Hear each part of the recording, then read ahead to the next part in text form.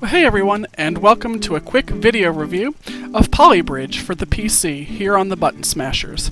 So this game is a physics-based puzzle game. It was released on July 12th, 2016 on Steam, and comes to us from Dry Cactus. Now, I was checking the Steam reviews when I installed the game. Not that I really wanted any sort of spoilers, but I always get a little bit curious as to what other people think of a game. And this game actually has very positive feedback on Steam, so it's actually good. Seems like lately I've played a fair number of games that have mediocre response on Steam, but actually, as it turns out, I usually end up liking those games. So anyway, this game is $11.99, which I think is a pretty good price for what you get. Anyway, so the main purpose of this game is to build bridges. Don't know if the title gave it away or not, but yeah, essentially in each level, you're given a 2D perspective of a gorge, usually a river or something like that, although it does vary based on the themed areas you go to. And the goal is to get a car or other sort of vehicle across the bridge. You are provided with a budget, so you don't have unlimited freedom to do whatever you want in that sense. You have a budget, and you're supposed to build a bridge that's functional, gets the job done, is safe, all within the budget. And the budget kind of varies. On the low end, it could be 5 to 7,000. On the higher end, it may be 10, 15, 20, or more.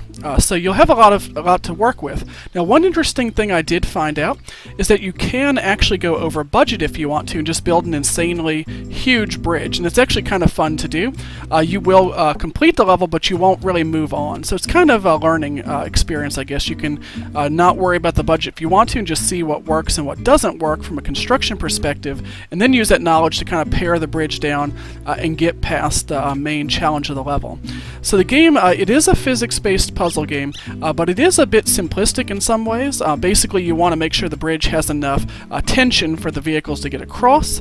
But anyway, you can do pretty much whatever you want to make that work. There are a few limitations, but other than that, everything usually goes pretty smoothly. Now, I will say that the tutorial does teach you a fair bit about the game, but once you get past tutorial, the difficulty does ramp up a good bit. I did find a couple areas frustrating, and I guess that comes with the turf. This isn't really a genre I'm hugely skilled with. People seem to think I really enjoy these physics-based puzzlers, and while that is true, I do enjoy them, it's not an area that I usually go out of my way to track down titles on, so keep that in mind, that my frustrations with this game may be a little bit different than others, because other people may just jump right in and have no problem at all. But anyway, so with that in mind, it's one of those your mileage may vary things, but this game is a lot of fun to play.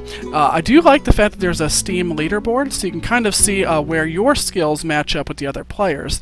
Now, this is a feature I used to think wouldn't have mattered. I would have thought maybe it'd muddy the water a little bit, but I've actually found that the whole idea of a leaderboard, especially in games like this, is kind of neat because it gives you something to aspire towards. It also shows you that there's room to improve. I noticed that I would think I did a really good job completing certain levels, and then I would see that other people did it way under budget, or their bridge was considerably more sturdy than mine, and so that would give me incentive to go back and look at some of my constructions and see what I could do a little bit better than that. And the game does have Twitch functionality built in, which is nice, so it supports Twitch. It also has a Steam workshop, which is cool because if you manage to get through the whole campaign, which is actually over 100 stages, so a pretty robust campaign, but if you manage to get through all of that and you still want to play the game and you're just bored with the basic campaigns, what you can do is go to the Steam workshop stuff and download user-submitted levels. You could also submit your own challenge as well. So that kind of gives another aspect to the game. I did not personally go check out the Steam workshop, but I'll take it for granted that it is there, and I imagine it's really cool. So again, if you manage to get through the campaign, in which case you'll be better than I am, because I have nowhere near completed this game, but if you do get through it and you get bored, definitely go check out the Steam workshop.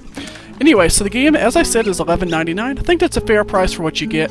This is one of those games where I think even if you're skilled, you'll see many, many hours of gameplay, because the difficulty definitely kicks up, and it definitely challenges you to rethink a lot of different things. In a good way, though.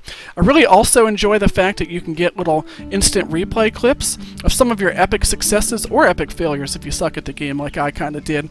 And you can share those clips online on YouTube or Twitter or anything like that. So I think that's really neat. It's a good aspect too. Something else I've noticed that some games have been building in, and it's kind of neat because it's really good for social media, and I'm sure it helps advertise the game as well.